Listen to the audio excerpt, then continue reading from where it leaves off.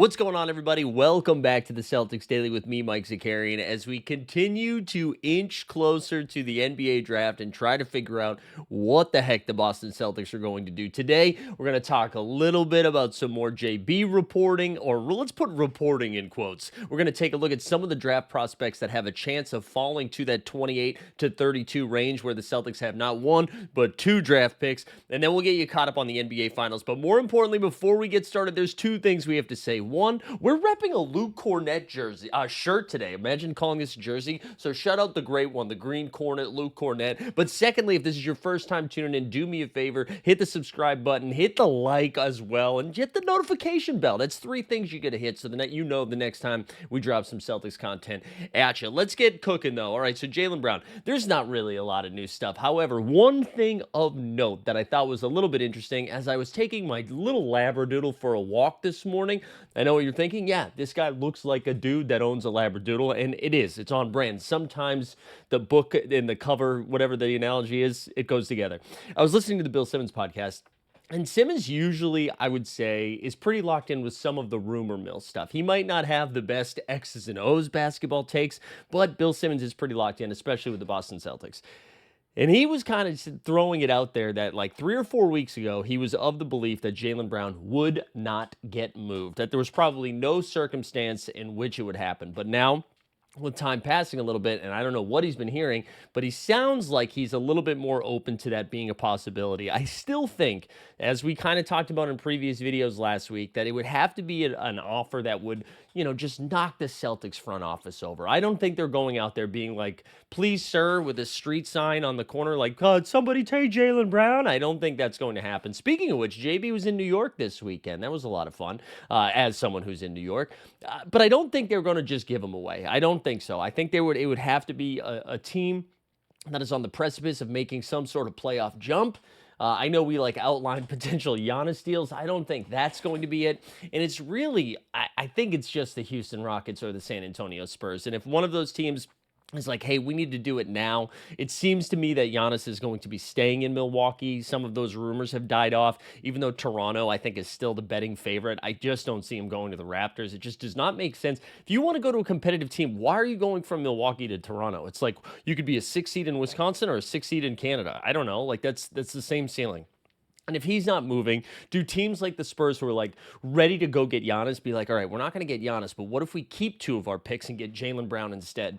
Or Houston, same thing, right? Instead of just completely gutting their franchise of all their young prospects for Giannis, maybe you hold on to some of those and, for a cheaper price, go get another all-star in Jaylen Brown. So I don't know. I thought it was interesting for Bill to actually come out and say that he could see it happening, whereas a couple of weeks ago he didn't. Now maybe he's just bored and trying to get clicks, but it does seem to be similar to some of the other reporting that we've seen going around in Boston. It's so clear that they have to cut 25 to 30 million, but I don't know what the direction of this front office is, And I know there's been a bunch of people in the comments and on other shows talk about maybe it's just a quick rebuild where if you just flame out this season and tank, get a high first round pick, and then come back next year ready to go. The only problem with tanking is we saw a bunch of teams tank last season, like the Utah Jazz, who are picking 4th, or the Charlotte Hornets, who aren't even in the top 3. Right? What's another team that tanked aggressively? Even the Raptors, the Brooklyn Nets, all of those teams not with great first round picks. So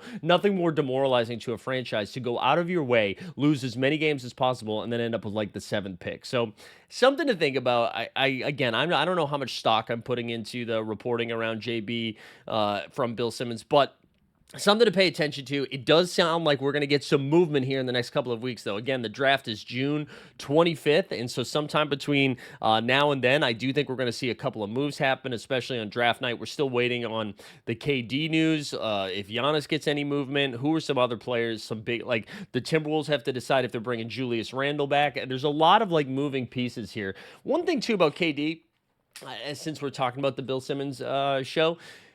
He said that he wouldn't be surprised if KD was already on his way to San Antonio. They're just waiting to officially announce it. I'm going to go out on a limb and say that's not going to happen. I feel pretty sources say, if you will, hashtag sources say. I don't think KD's going to San Antonio. I highly doubt it. So anyways, there you go. There's your clickbait. Your sources say Kevin Durant will not be a San Antonio Spur next season. And then if that's right, you got to start taking me pretty seriously. That's all I'll say. All right, let's look at some of the prospects. So Celtics have a couple of picks here, pick 28 and pick 32, essentially like two late first round picks or two early second round picks. Depends if you're a glass half full or glass half empty kind of guy. The Celtics blog, Noah Dazell and the rest of the Celtics blog crew did a good breakdown, so I recommend going to CelticsBlog.com to check it out. They also did a podcast recently with Kevin O'Connor, who I have mixed feelings on, talking about some of the potential guys that they could grab with these two picks. And I thought it was kind of interesting, and we're going to just talk about both of them together. So even though we have two different tabs, as you can see, young and old, we'll talk about both of these together because there seems to be two lines of thinking with a lot of these guys, right? Do you take more of a sure bet in the sense that, like, listen, they might not have crazy upside, but we know exactly what they're going to do, right? We know they're a pretty, like, flushed out player, maybe an older player, and they're like 22, 23, right? And we know that they can come in and contribute, not like all-star level, but contribute. Now, a team that is currently trying to win games and think they are like title or playoff contenders probably would take that approach, right? But if the Celtics don't think that's where they are, whether it's just a one-year reboot or like a little bit more of a longer-term project, you might see them take some younger guys, right? Some 19-year-olds, some 18-year-olds, some projects, if you will, some raw skills with upside. I think, if the Celtics don't make any moves pre-NBA draft, I do wonder if we can take something from the draft picks to be like, oh, this is interesting. This might be the Celtics direction that they're going. Now, for needs, I think what we're going to see, a lot of these guys are just big guys.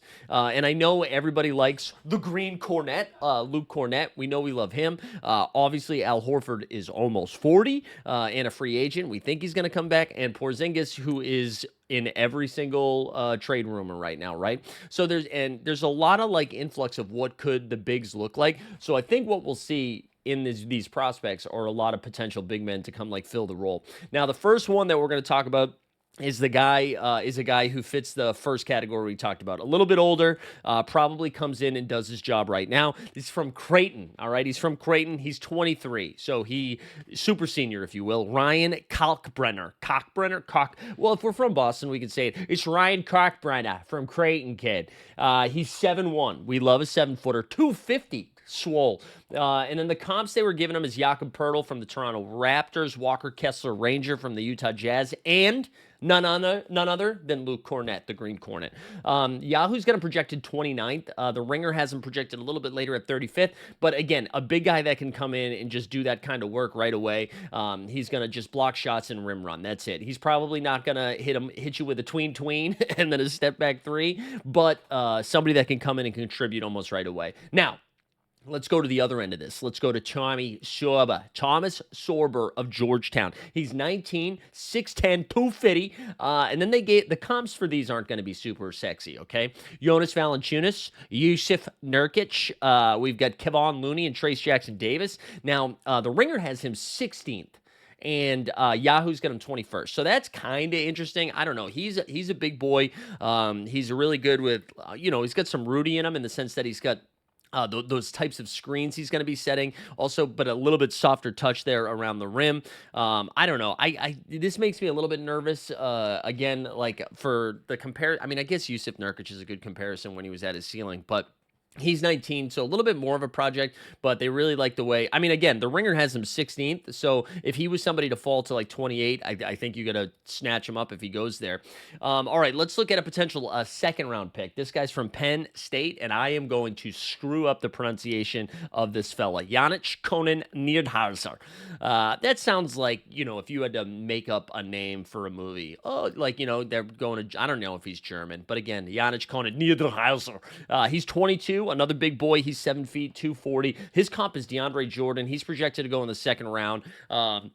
Again, he's somebody that, listen, he's probably at his peak, at his pinnacle, is going to be playing like 18 minutes a game, right? He's just going to go in, swat a couple of shots, throw a couple dunks down. Good backup big. We'd be okay with that. Now, let's go young again, all right? Young, old.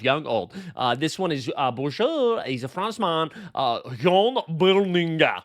He's 6'10", 230. He's 18, big boy. He's only been playing hoops for 3 years, so I do these are this is like super high risk, high reward, right? Where you've got somebody who's only been playing freaking basketball for less than like a high school career, and yet is already projected to be in the NBA. If he continues to develop at this high rate, like that is something that's pretty exciting. And again, if you are like, listen, we're probably going to lose this year anyways, let's just get a project, see what happens. I think that's kind of be that's fun. He's a quick center. They got him. He said physically gifted big man who's raw as sashimi, says the Ringer. All right, we got a sashimi. They comped him to Daniel Gaffer and Clint Capella. Again, you're going to see a lot of bigs, a lot of bigs. Here's a wing though. I'll give you a wing, and this one's kind of interesting. He's if you watch college hoops, maybe you already know this name. He is the University of North Carolina. Shout out Tar Heels. He's a wing. Drake Powell, 6'5", 200. They comped him to Mikal Bridges, Isaac Okoro, Torian Prince, Terrence Mann. Now, what that means is he can play defense and probably not score unless it's Mikal. Ringer has him 21. Yahoo has him up for 16. So, like, most likely not going to fall. But again, somebody like if he does slip a little bit, and again, you know, you can never have too many wings in this league. And with the Celtics most likely losing Holiday, who I know is not really a wing but can play it at some point, he would make a little bit of sense. Let's get another college bro. This one is just another super senior, 23, Nick Clifford from Colorado State. He's another wing. Comped him to like Justin Holiday, Moses Moody, Josh Hart, Chris Middleton. They got him projected going 14 and 18. So probably not the guy that's going to fall, but it's nice to know some of these names, though, in this mid-range because the Celtics, as I mentioned, right, they have 28 and 32. There is a world where they trade both of those picks to, like, move up a little bit to snag one of these guys if they really like them. But if not, you know, sometimes other teams get a little feisty in the draft. If these guys slip, it's good to have these guys on our radar. Let's give you another one. Hugo Gonzalez from España.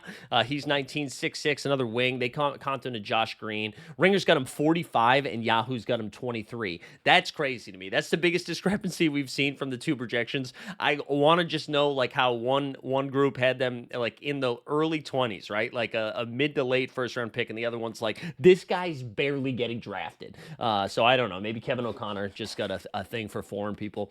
Let's go. Another one, St. Joe's. Okay, we get a little St. Joseph's. Rasheer Fleming. He's 26'9", 230. They gave him some Larry Nance and former Celtic great Brandon Bass. Now, I actually really like this one. This is maybe one of my favorites. They've got him projected in the mid-20s. Just a guy who's like a ball hawk, hustling guy, can hit the spot-up jump shot. Really good energy on defense, just kind of going all over the place. So a good 3-and-D guy. I think like he's somebody that makes sense if the Celtics are ready to try and win again, not this coming season, but the next season. I don't know. That one sticked out to me. And then it wouldn't be a Kevin O'Connor conversation if we didn't talk about a Frenchman, Noah Penda. He's 20, 6'8", 225.